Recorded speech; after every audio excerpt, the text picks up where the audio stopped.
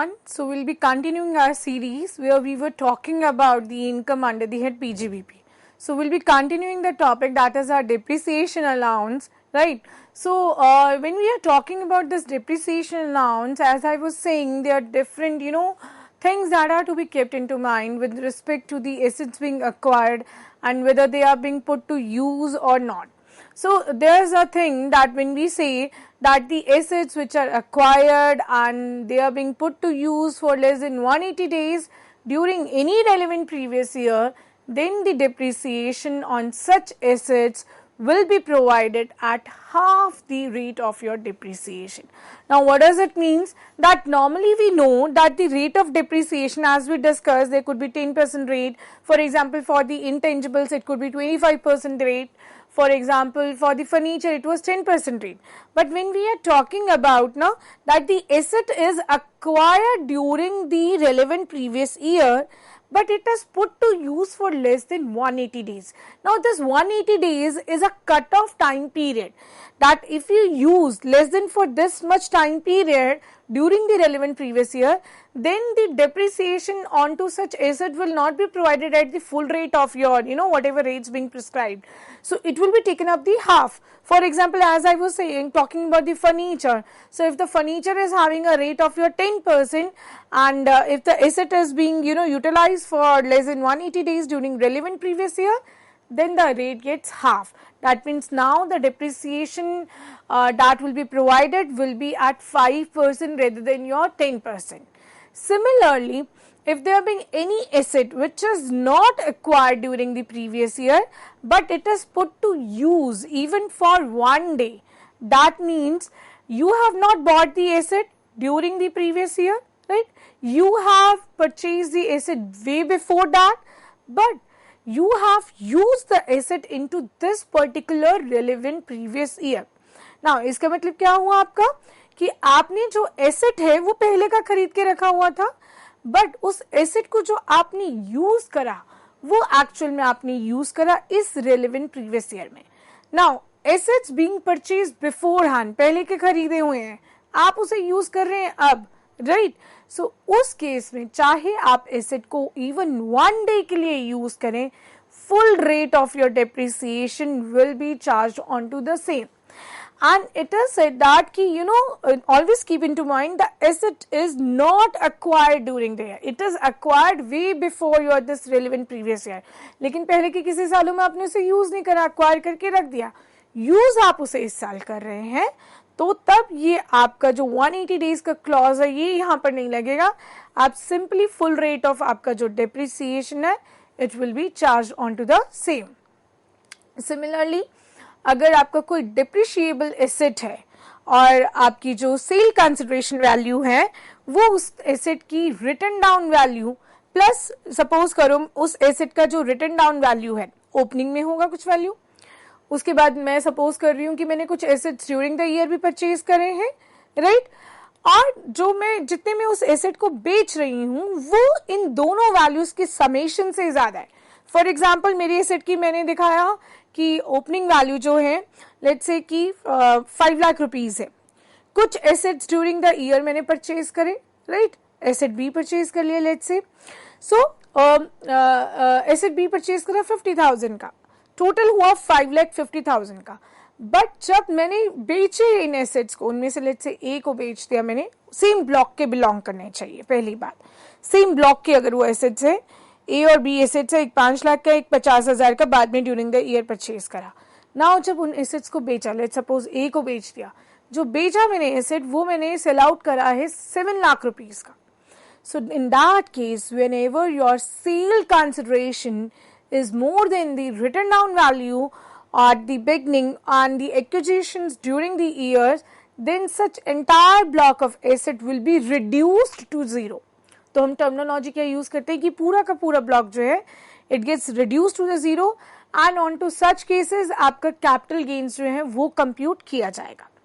Similarly, if all the assets which are related to one single block they are sold during the year, then हम क्या कहेंगे, वो सारा block क्या हो गया आपका empty block. अब यहाँ पर हम ये नहीं कह रहे हैं कि हमारा जो सेल कंसिडरेशन है वो ज्यादा है, राइट? बट हम ये कह रहे हैं कि अगर ए बी सी मेरे एग्जिस्टिंग एसेट्स थे, राइट, एंड अब उन existing assets A B C में मैंने क्या करा है, मैंने एक और एसेट परचेज कर लिया, डी कर लिया। अब ए बी सी डी चार एसेट्स हैं और सेम ब्लॉक के एसेट्स हैं।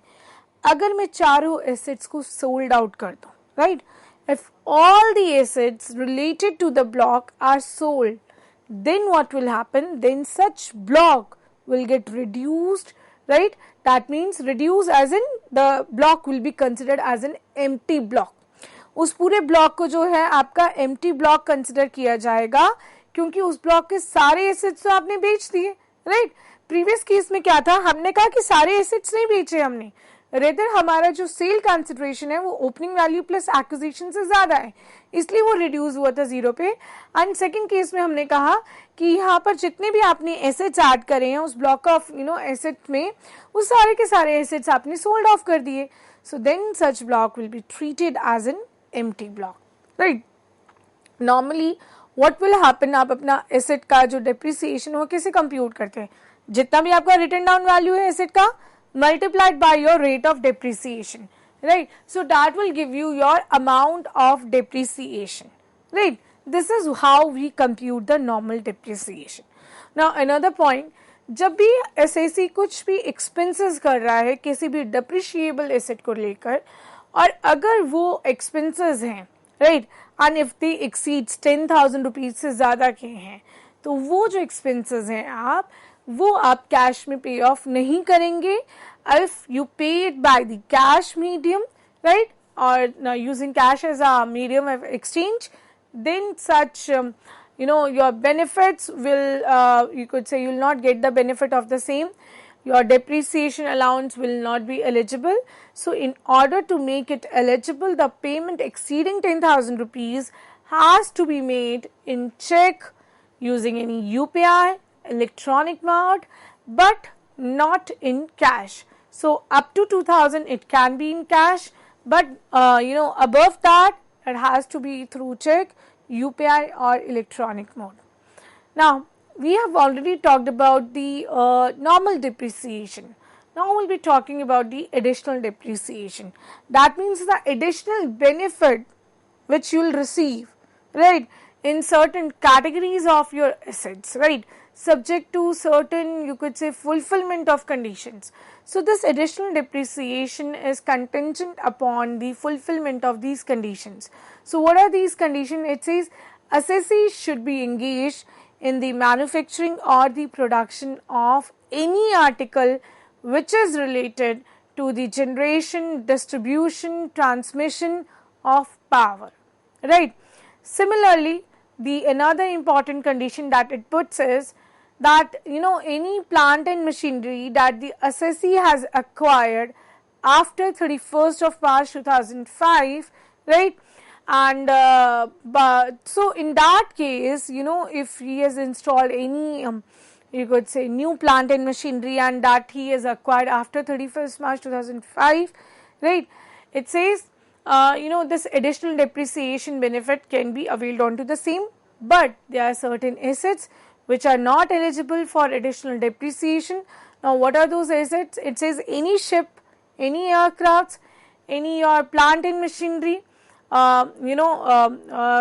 which before getting its installation done into India, it has been used by the SSC outside India, or let's say within India only. So before, even if before the you could say installation of the plant and machinery, the asset is being used, then this benefit of your additional depreciation will not be allowed, right. Similarly, you have any office appliances or transport vehicle, then again these assets are not eligible for additional depreciation. Similarly, any plant and machinery which is installed into your, you could say, the office premises, right. Similarly, it says any your plant and machinery which already has availed the benefit of depreciation into its very first year, right, the 100% deduction, then those particular assets will not be allowed to take the benefit of your additional depreciation. Now what is the rate of additional depreciation that you get? It's 20%. But if the asset is being used for less than 180 days, then it will be 10%. That means what? The same clause of your 180 days comes into the picture, which says that if even in case of your additional depreciation, the charge is 20%, but if you use it for less than 180 days, right, 180 days, so in that case your rate of depreciation would get halved, right? Now further on, when we talk about certain states like your Andhra Pradesh, Bihar, Telangana, West Bengal, and you have acquired any plant and machinery during your 1st April 2015 to the period till 31st of March 2020, then it says the rate of additional depreciation will be 35%, and if it is used for less than 180 days, then the rate of depreciation will get slashed down to 17.5%. Similarly, in case of your additional depreciation also, if the assessee has made any payment in cash exceeding 10,000, then that will not be eligible for additional depreciation allowance.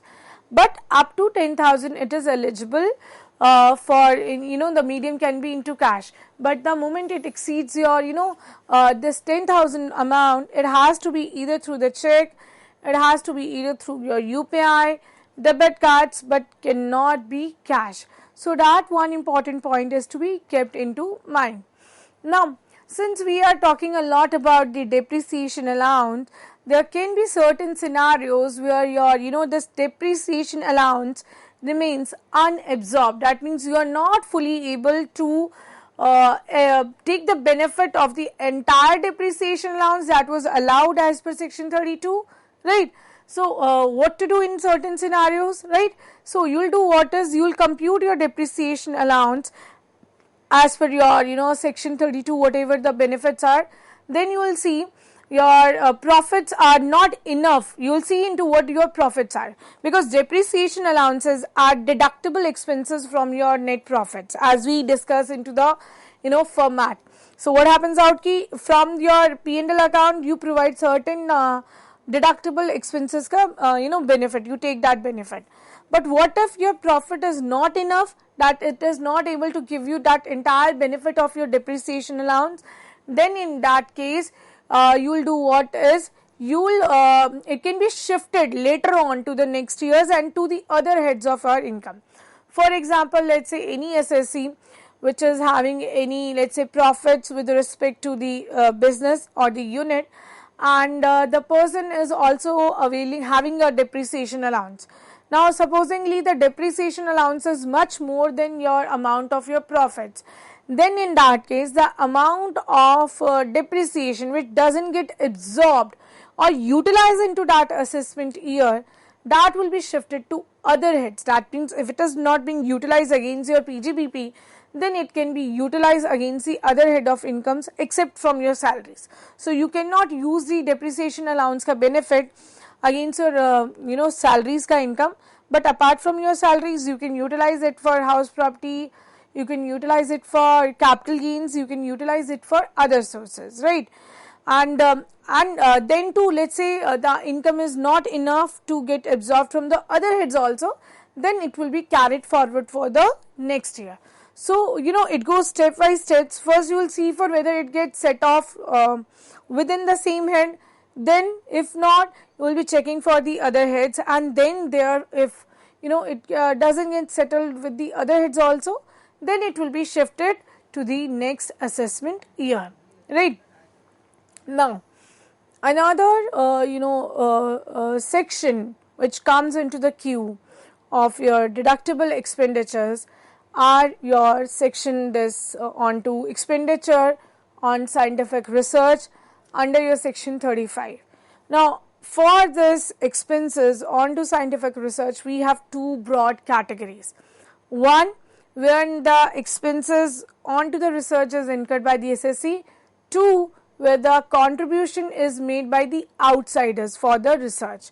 So we have these two broad you could say categorization, right? Now under these two broad categorization, if there have been expenses by the assessee onto the research, and that too expenses being a revenue expenses, then to the extent of the expenditure which is incurred with respect to the revenue need, of your revenue expenses, then it will be, allowed to the extent of your expenses. But if it is a capital expenditure, it will be 100% allowed, and if it is a contribution to the company's in-house research, then it will be around, your 150%. So we'll take one by one each of these category. So starting up by the expenditure on research by the assessee. So if it is a revenue expenditure, that means expenditure which is of your incurring or recurring nature, right? So to the extent the expenses are being made which is related to the business, they will be allowed as deduction.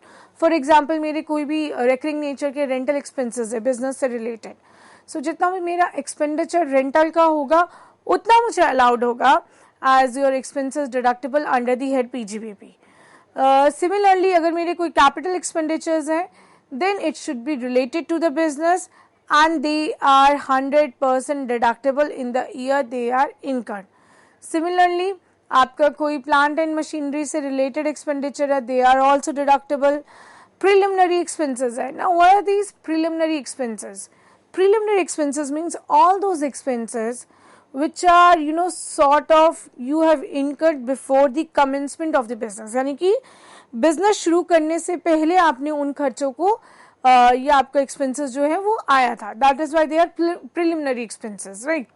Similarly, अगर आप कोई in house research पे expenses करते हैं और tax पर कोई company है, बिजनेस बायोटेक से रिलेटेड है या manufacturing of certain articles, let's say pharmaceuticals, right? So in that case the capital expenditures जो भी होंगे आपके उससे related, they will be given a 1.5 times reduction. That means अगर आपने 100 खर्च करा तो आपको 150 rupees as your expenses deductible है, राइट? नाउ इसी में हमारा सेकंड कैटेगराइजेशन है contribution to outsiders for the research. अब आपने अपनी ऑर्गेनाइजेशन में आपने रिसर्च मतलब you have not incurred the expenses. It is a second person in outsider which is contributing to the research. So if a contribution is made to an approved research association, then that approved institution, your university, whether it is related to your business or not, right, 150%, that means 1.5 times of your actual expenses will be taken up or will be allowed as deduction, but it has to be an approved one related to the business, right? And if the institution is, you are making a contribution to any national laboratory, right, national lab, for example any IIT's lab, any IIM's lab, so then 1.5% of the contribution that you are making to such labs will be allowed as deduction. Similarly, any contribution to Indian scientific research company that you make is 100% allowed as deduction, right?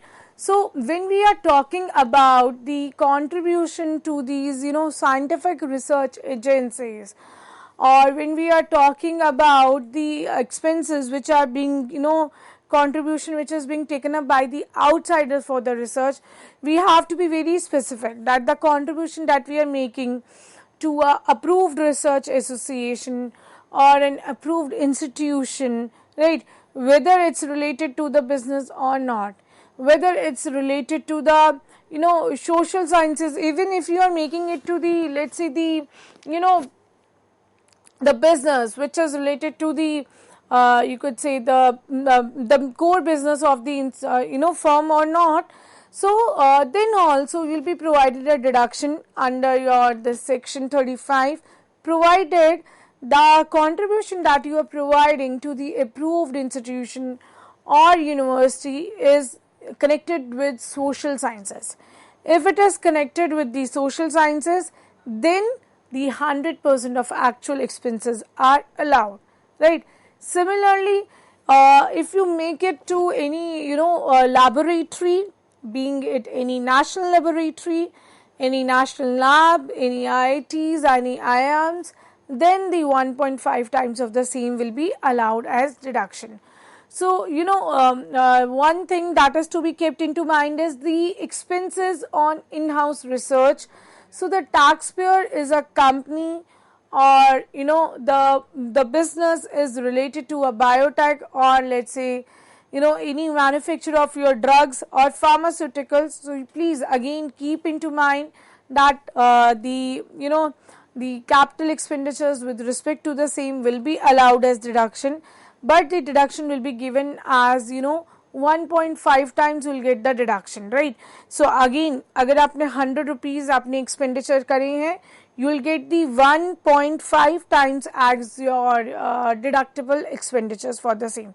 So there are number of things that we discuss on to the day with respect to your certain deductible expenditures, whether it is related to section 30, section 31, section 32, majorly section 32, right? And then too we talked about how the expenditure with respect to scientific research is allowed as a deduction under your head PGBP. So that deduction is allowed to you under the head PGBP, right? Under your section 35. So all these deductions, all these section 30 to section 37, right? They are related to all those expenses which are covered under your head PGBP. That means what? कि ये जो expenses हैं आपको इन expenses जो हैं इनका deduction यानी कि ये डिडक्टेबल है, आप अपने प्रॉफिट्स को इससे रिड्यूस कर सकते हो. ये जो हमने लिस्ट ऑफ एक्सपेंसेस पढ़े, चाहे सेक्शन 30 से रिलेटेड है, चाहे सेक्शन 31 से रिलेटेड है, सेक्शन 32 से रिलेटेड है, या सेक्शन 35 से रिलेटेड है. फर्दर ऑन भी जो हम सेक्शंस करेंगे, जैसे बहुत सारी सेक्शंस ऐसे जो आगे बात करेंगे, एक्सेसिव पेमेंट टू रिलेटिव्स, हम आगे सेक्शंस करेंगे 40, 43 भी. दैट शोज यू कि कौन कौन से ऐसा एक्सपेंसेस हैं जो कि आपके totally not allowed as deduction है, right? So will be covering all those sections even in the further segments. For example let's say the excessive payment that is made to relatives. For example आपने कोई production के लिए क्या करा है, कोई आपने अपने किसी रिलेटिव से ही आपने टेंडर या बिड करी है, वहां पे you are offering high prices, right, or offering the low prices just to deflate your profits. So whatever excessive payments that you are making out to those relatives, that is also to be taken care of, because all those excessive payments will not be let's say allowed or deductible under the head PGBP. So when we are talking about this PGBP, the profits and the gains of business and profession, it's a vast area wherein there are sections with respect to section 30 to 37, there are sections with respect to 40, 48, 43B, which are specifically being related to your expenditures, not related to the, you could say, business. So hence those expenses are also not deductible.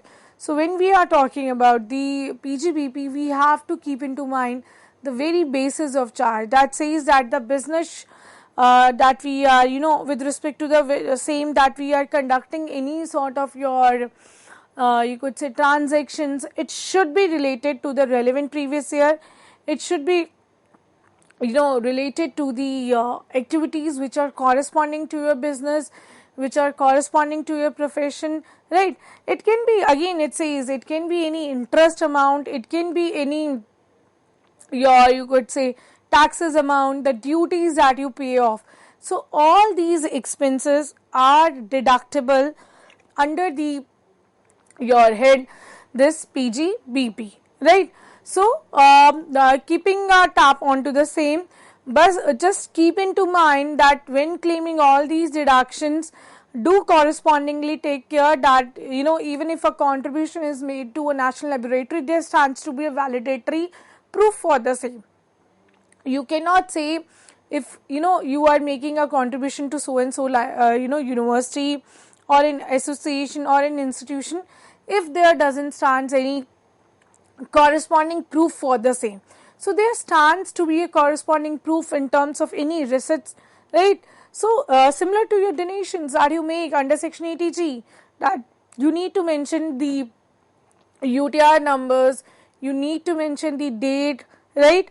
So all these things are required to be mentioned when we are talking about the PGBP. Similarly, when we are talking about the PGBP, always remember one thing, that the intent of the SSC should be with respect to that particular business transaction for the furtherance of the business. If it is not for the furtherance of the business, then the transaction is not related to your PGBP. Then it may be related to some other heads of your income, your house property, your CG. So the intent also matters a lot, right? And again, one important thing, that is the the furtherance of business is there, but the continuity of the business and the major thing, that is to earn economic rewards out of the same, economic profits out of the same, remains the same. So there are certain further sections we'll be talking about, wherein we'll be talking about different sort of your deductible expenses, different sort of expenses which are not allowed as your deduction, right? And what will be, how, what sort of benefits or you could say deductions are available if a person, if an assessee is having an income under the head PGBP. So till time, that's it. Thank you.